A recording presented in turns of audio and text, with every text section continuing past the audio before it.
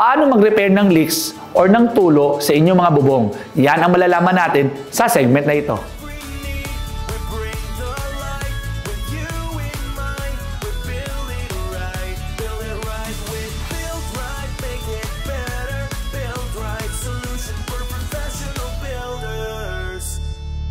Minsan naisip natin, napakasimple lang naman mag-repair ng ating bubong. Lagay lang ng sealant and okay na. Pero hindi siya ganun kasimple dahil ang dami nating factors na kailan tignan. Tama bang produkto at saan ba ang mga sira at paano ba mag-inspect?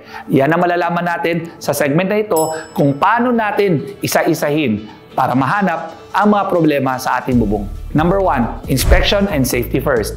Bago tayo magsimulang mag-repair, unahin lagi ang safety. Gumamit ng fall protection at safety lines. Magtrabaho lang kapag tuyo ang panahon, huwag kapag basa o maulan. Kapag nag-inspect ng bubong, tingnan kung may loose or missing fasteners, rusted or butas na yero, lap joints at seams, flashing sa paligid ng vent, skylight at gutter, at penetrations tulad ng tubo, HVAC, or solar mounts. Number 2, surface preparation. Bago mag-repair, linisin muna ang surface. Tanggalin ang dumi, kalawang, at lumang sealant gamit ang wire brush, grinder, or power washer. Siguraduhin na tuyo ang area bago mag-apply ng kahit anong sistema. Kung may rust, lagyan ng rust converter, tapos pahiran ng epoxy primer bago mag-top coat.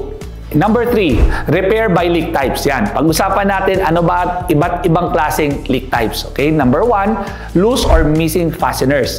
Palitan ang lumang tornilyo ng oversized self-drilling screw na may washer at lagyan ng sealant. Pag akong tatanungin ninyo, kapag gusto niyo ng isang durable na sealant, gamitin ang rubber stop. Kapag kailangan nyo naman na paintable ang ating sealant dahil maglalagay ka pa kayo ng top coat, gumamit tayo ng Sapal 2-in-1 na sealant dahil ito ay pwedeng pinturahan. Letter B, leaking joints and seams. Kung tumutulo sa seams, lagyan ng butyl tape sa pagitan ng lap joints. Under sa Build-Rite, may dalawang klaseng butyl tape. One is stopgap AF at ang isa naman ay stopgap NW. Ang difference lang ng dalawa, ang stopgap AF ay may backing na aluminum.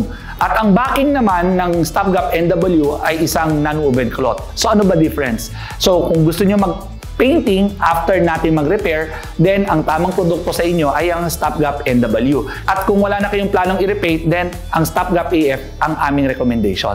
Letter C, small holes and cracks. Kung maliit ang mga butas or crack, linisin at patuyuin muna. Tapos, lagyan ng Sapal 2-in-1 sealant kung gusto niyo paintable or gumamit na isang rubber stop sealant.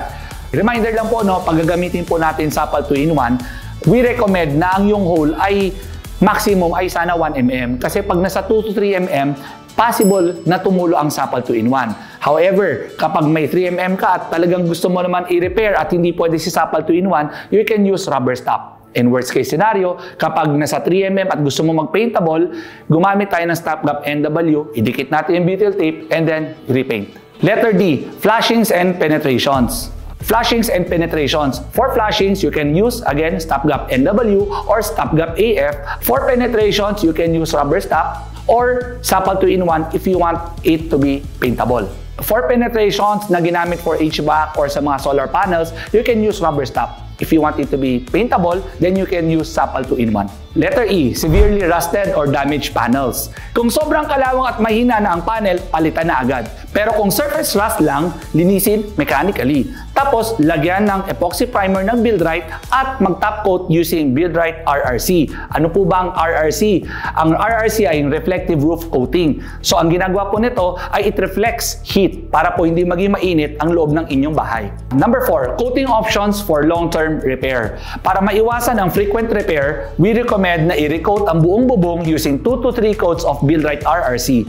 Build-Rite RRC is a durable polyurethane acrylic coating that has good reflectance. Kapag maingat ka sa inspection, surface preparation, at repair method, mas tatagal at magiging leak-free ang metal roof mo. Tandaan, hindi lang dapat basta maayos ang leak. Dapat ay tama din ang ginagamit ninyong produkto. Again, this is Derek Tan. Magtanong para sigurado!